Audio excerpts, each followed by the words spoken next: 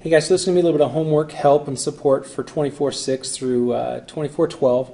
We're really only going to focus on two main topics. We're going to talk about diffraction gratings and their difference between a diffraction grating and Young's double slit experiment, or if we had a single slit, the diffraction we'd see out of that. And then we're going to talk about polarization. So first off, we need to understand that a diffraction grating is, instead of having two slits, we're going to take some sort of a screen and we're going to layer lots and lots and lots of lines, per centimeter. This example talks about 10,000 lines per centimeter. When you think about a centimeter, it's not very big, and yet we're talking about putting 10,000 lines that would create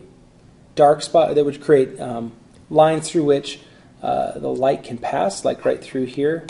We can see that the light can pass through this slot, but that everywhere else it's being blocked.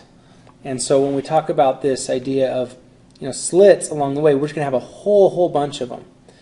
And one of the things that we're going to talk about is the measurement of the distance. The D is going to be the distance between those. So if you have 10,000 per centimeter, to figure out how far it is between them, you would take the centimeter and divide by the number of lines that you're talking about. Figure out how much space does each of these lines get, or each of these marks get. And so that's one thing to keep in mind is, when we talk about the distance between them, it's going to be our overall length of the diffraction grating divided by the number of lines we're talking about.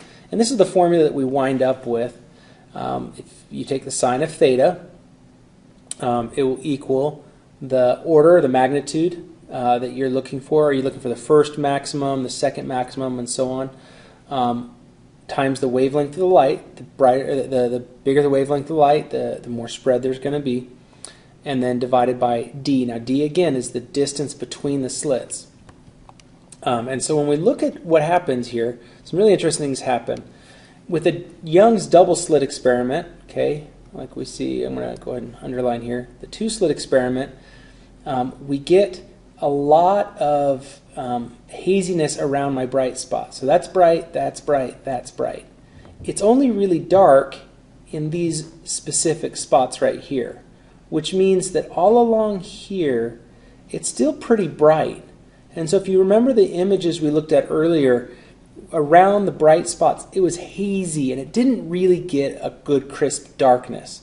And so while we saw the wave pattern was definitely harder to distinguish exactly where's the peak and where's the minimum, what's happening along the way. That light was still pretty bright along the way. But if we get to where we have more slits, we do more than just two. For instance, we get to 6 or maybe even go to 10,000, things along those lines, we'll find that the bright spots are very, very bright. But we'll also find that in between those bright spots, it's pretty darn dark. Right through here and here, there's almost no light being reflected off the surface, which means it's going to look very dark. Is there still light there? Yeah, there's these little peaks. But because of the destructive interference from each of the slits, they interact with each other and fight with each other much more, making it hard for them to have a constructive interference. It's got to be more exact to get that bright spot. And so it's going to get a very clear and crisp thing to understand and to work with. So diffraction gratings are nice because it's much easier to see where the bright spot is as you go out. You don't argue so much about the brightness versus darkness. Now, of course, different colors, they spread at different amounts. And so oftentimes if you hold the diffraction grating up to just to white light, you'll see a rainbow as you look through the diffraction grating. And we'll look at some of those in class later today. But so that's your formula that you're going to work with to find the bright spots. And the second thing we need to talk about is polarization of light. Polaroids are basically, we take really long molecules, okay, and we lay them out parallel next to each other. And if we do them, and because they're molecules, they're really, really tiny. But we can put in these really tiny lines on top of a material.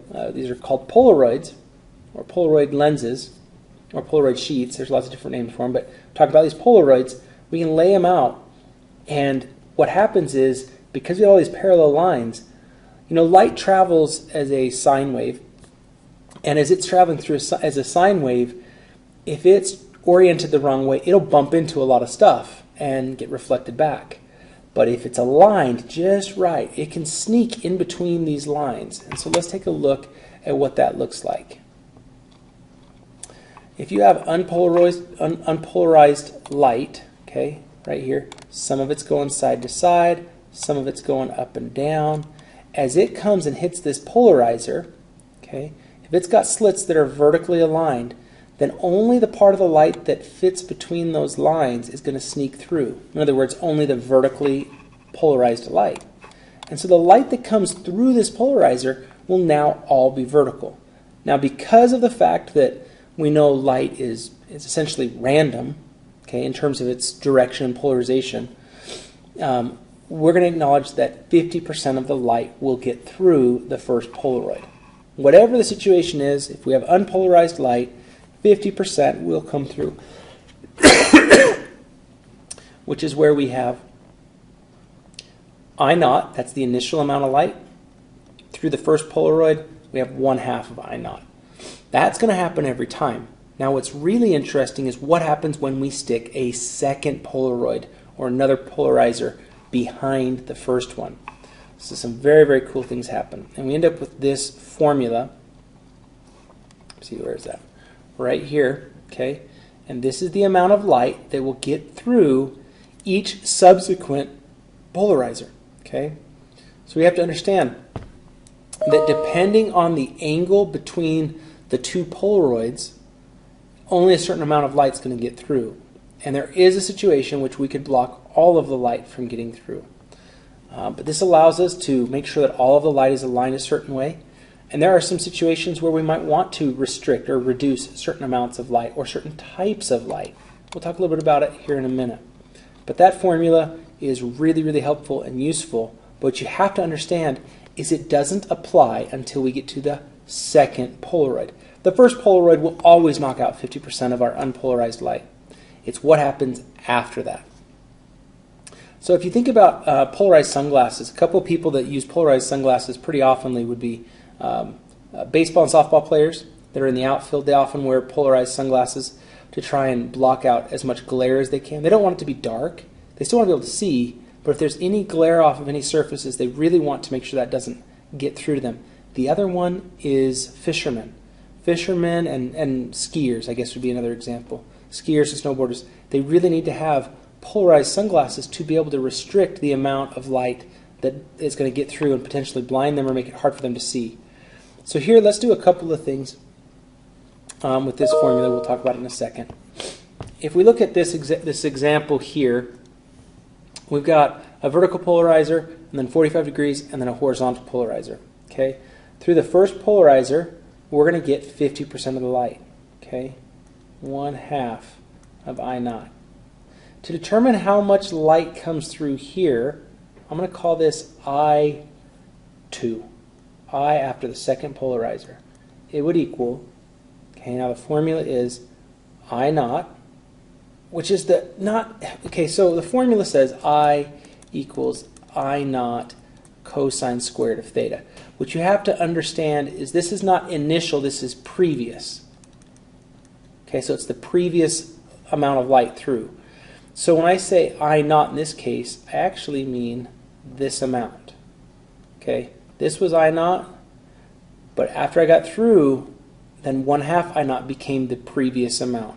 So it's 1/2 I naught times the cosine squared of 45 degrees. Now, the cosine of 45 is root 2 over 2. If you square that, you end up with 2 over 4, which is 1/2, and there's a 1/2 over here, so right here we would have 1/4 I naught. Now traditionally in this class we're going to put a lot of numbers in for I naught, like 100% or 1, and then we'll actually do some calculations with numbers. Here I'm just keeping the I naught there. And then I have to look at what's the rotation angle between the 45 and the horizontal. Well, that's again 45. But now when I do I3, it's I naught, meaning the previous amount. That's my I naught. So 1/4 I naught cosine squared of 45, which is again is this right here is equal to 1/2 So we end up with 1/8 of the initial light that originally started will actually get through. And so as we continue to stack these Polaroids, depending on the angle of orientation and the number of them that we have, we can use this formula to determine how much light is going to pass through. We can also tell which direction the orientation is based on our final Polaroid and its direction of orientation. So all of the light that gets through this third polarizer would be horizontal. Now, what's crazy about this is we're not actually trying to turn the light. We're trying to restrict the light. And yet somehow, even if we twist the Polaroids, we see some crazy behavior that has a lot to do with Young's double slit experiment. And in class, we'll talk a little bit about the implications of quantum physics and how all of this has to the particle wave duality and how it all plays a part.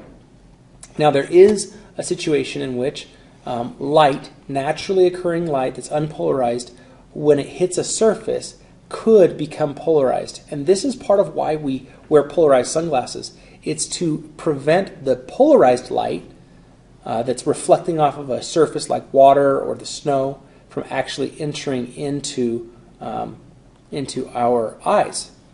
And so if you use a polarizer, the amount of light that's going to come through can be restricted. And so this is what's called Brewster's angle. Off of a surface, off of any surface, light will polarize at this theta p, okay, if it's equal to n2 over n1. So every surface combination, every material combination has a certain angle at which the light that reflects off of it is going to come out polarized. So you can see this diagram over here on the right, that we have light coming in, it's unpolarized, it hits it, obviously some of it refracts and goes into the water, but some of it reflects upward. And this light is all polarized. And because it's polarized, it can be a pretty bad glare. It's also something that we can prevent from entering our eyes using Polaroid sunglasses. And so tangent of theta p equals n2 over n1. That's a pretty straightforward deal. If n1 is the air, which it typically is for us, then tangent of theta p will just equal the n of the second material. Okay? And so we can just tangent of theta p equals n.